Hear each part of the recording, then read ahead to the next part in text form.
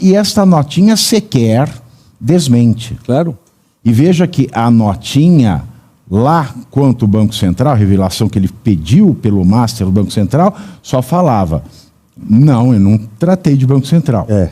Mas não desdizia o fato de ele ter conversado com o Gabriel Galípolo.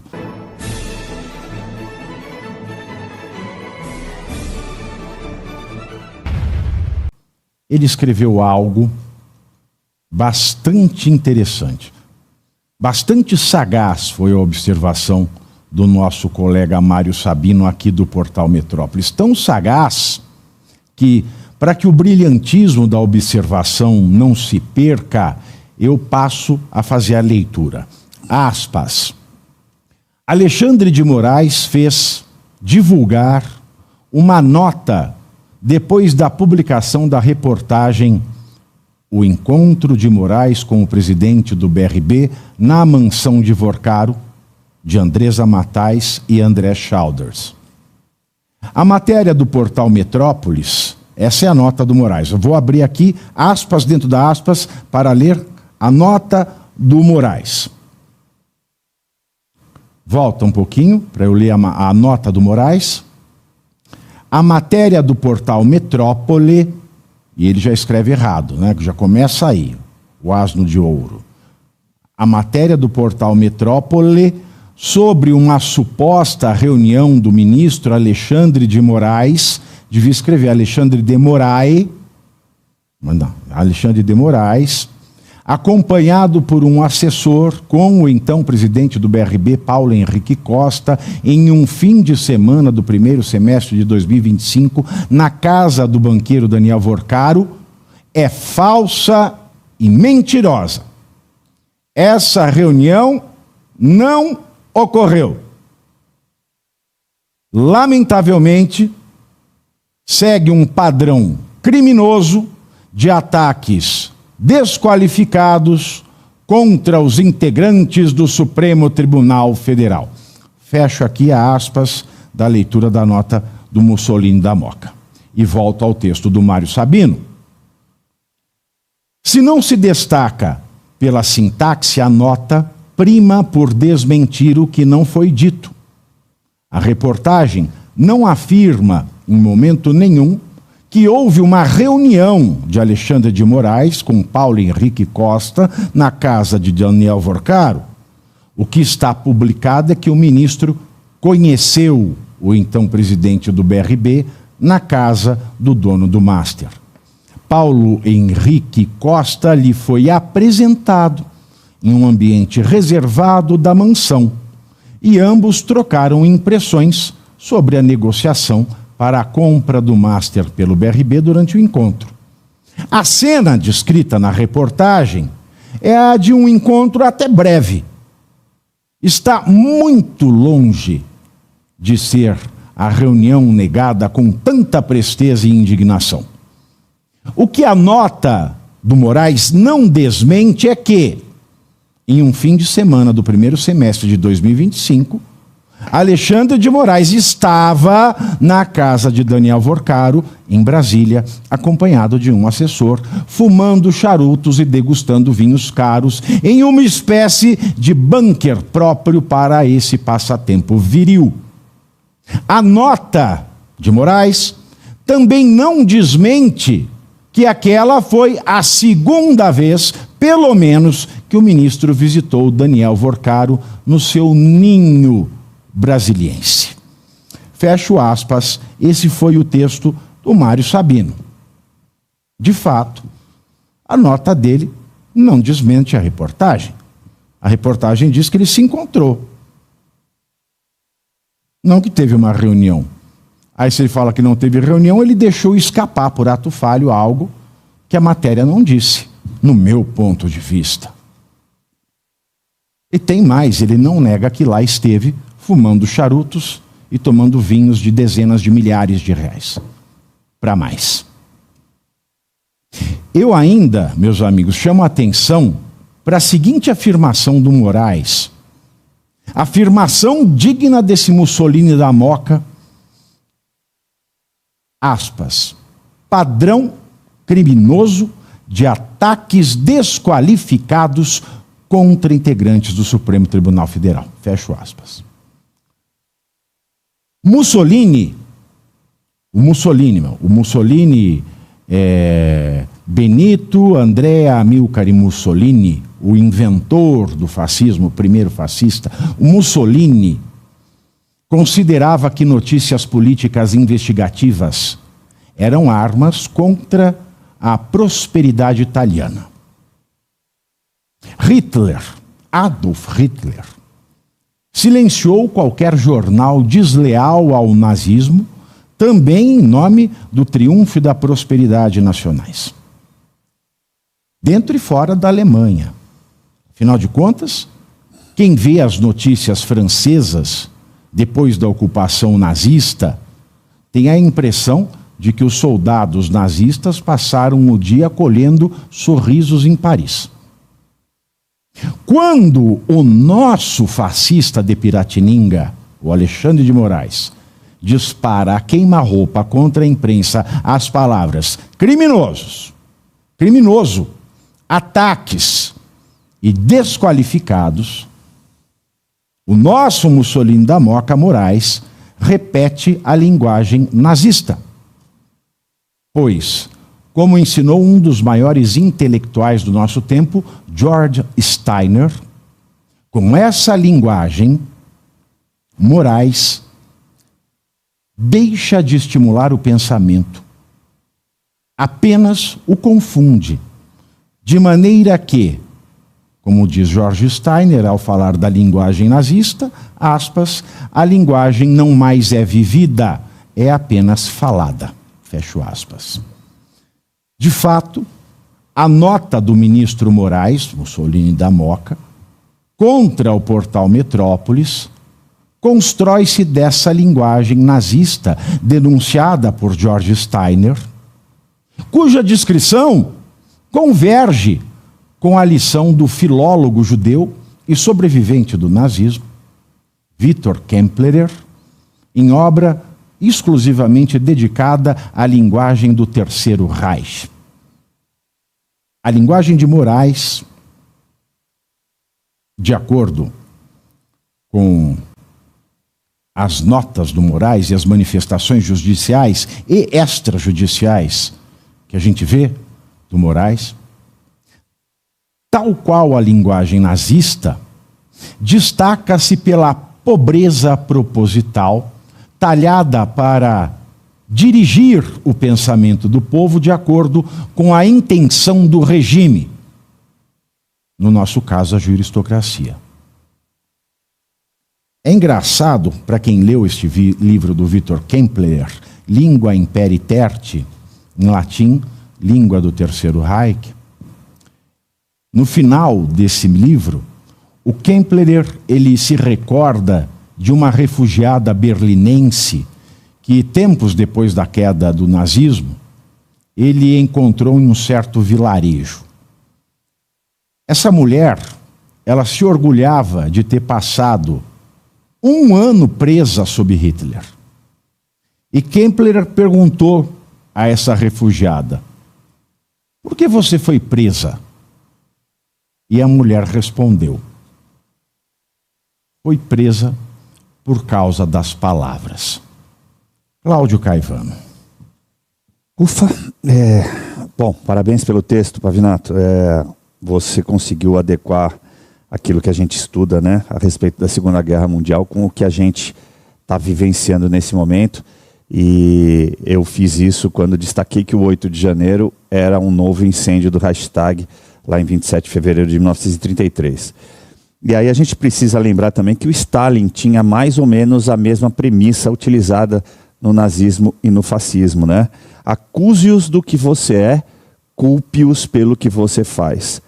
A questão específica aí da matéria, e que ele sai em sua própria defesa, em autodefesa, acusando os repórteres, os jornalistas, né? Como você já disse, ele não refuta um encontro que pode ter sido fortuito, casual. Entretanto, a gente deve levar em consideração que, na verdade, foi casuístico.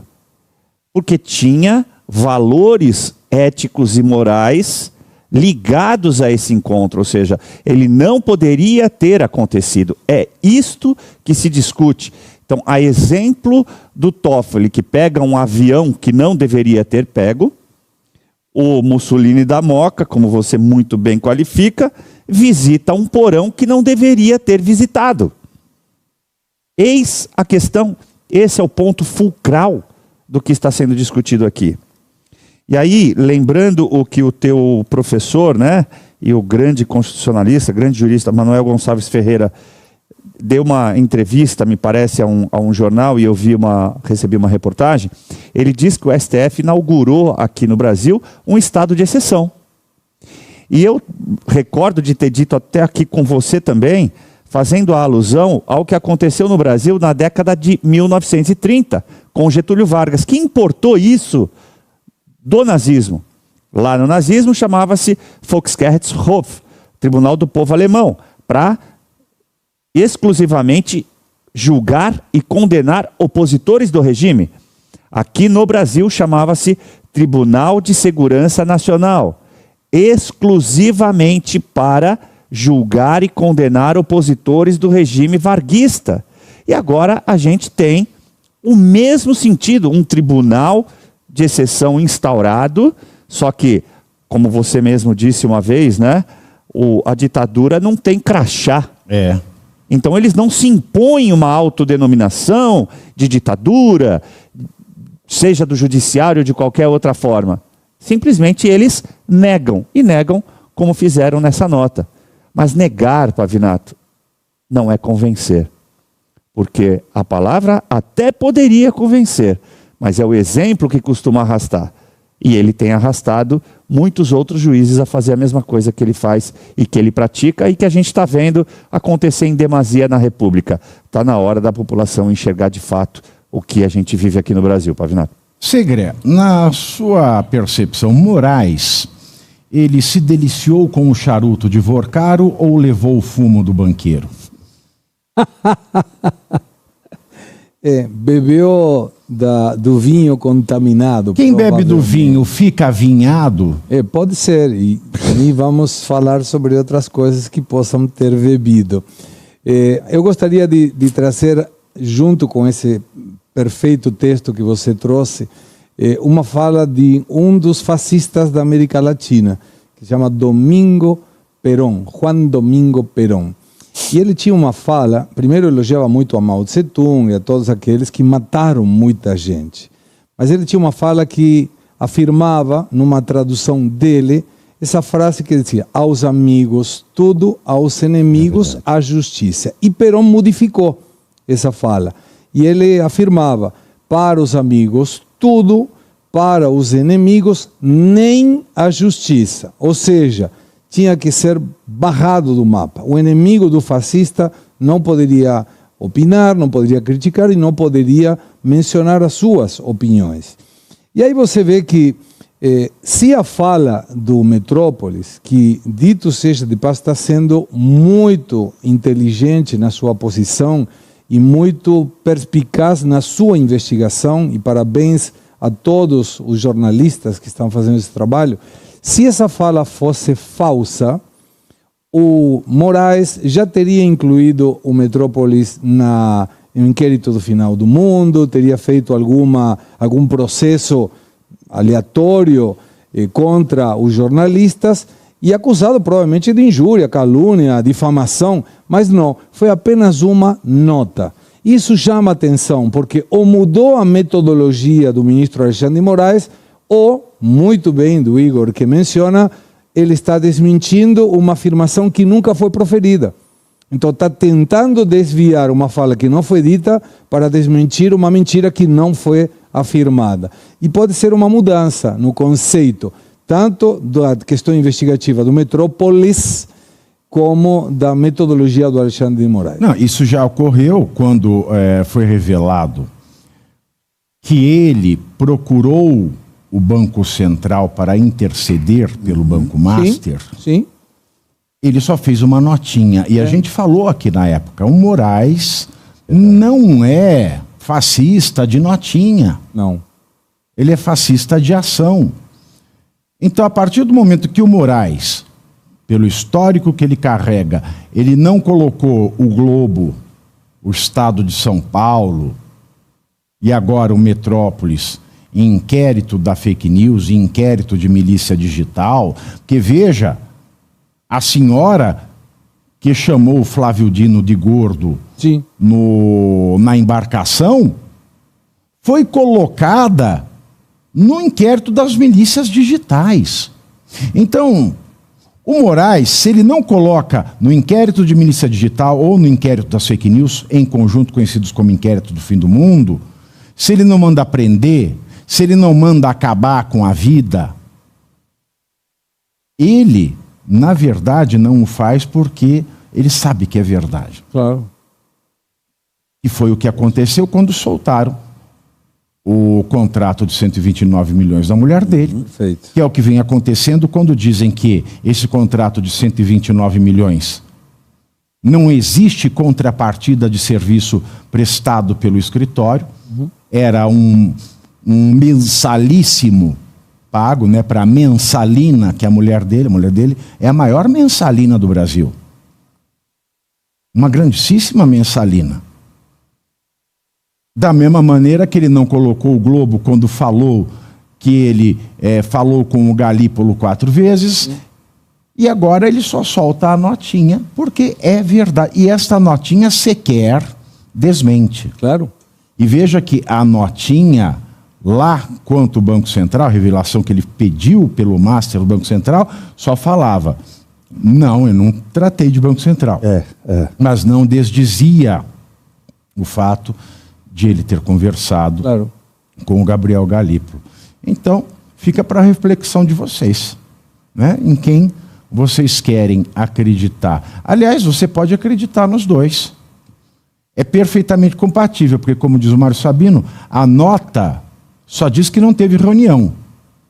Mas porque ela não diz nada além disso, ela confirma, já que quem cala consente, caso podendo falar, não o faça.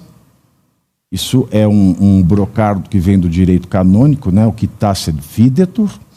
Então, com a nota dele, pelo que ele fala, ele nos diz o seguinte, olha, não teve reunião, mas teve casa do Vorcaro sim, teve charuto na boca sim, teve vinho sim, teve encontro, mas não teve reunião. Então, é isso que a gente pode esperar. Agora, ainda nessa... E você aí já está preparado para ter todos os argumentos para dizer que Marx não foi um cara legal, para dizer que o comunismo não é um lugar para diversidade, para desmontar essa grande fake news histórica da esquerda, que é repetida por nossos professores de história, de geografia, de sociologia, que é repetida nas universidades, que é repetida nos livros. Está preparado para dizer por que Marx não era um cara legal e por que todo marxista raiz também não é, e porque o comunismo é terrível. Você já leu nos Anais de Marx? Pois é, aqui nesse livro você vai encontrar tudo o que você precisa saber para responder aquele sabichão que diz que Marx é um cara legal. Pois não é. Leia agora, nos Anais de Marx, a trolha do comunismo transviado para encaçapar idiotes. À venda em todas as livrarias do Brasil, pelo site ou nas lojas físicas. Não deixe de ler.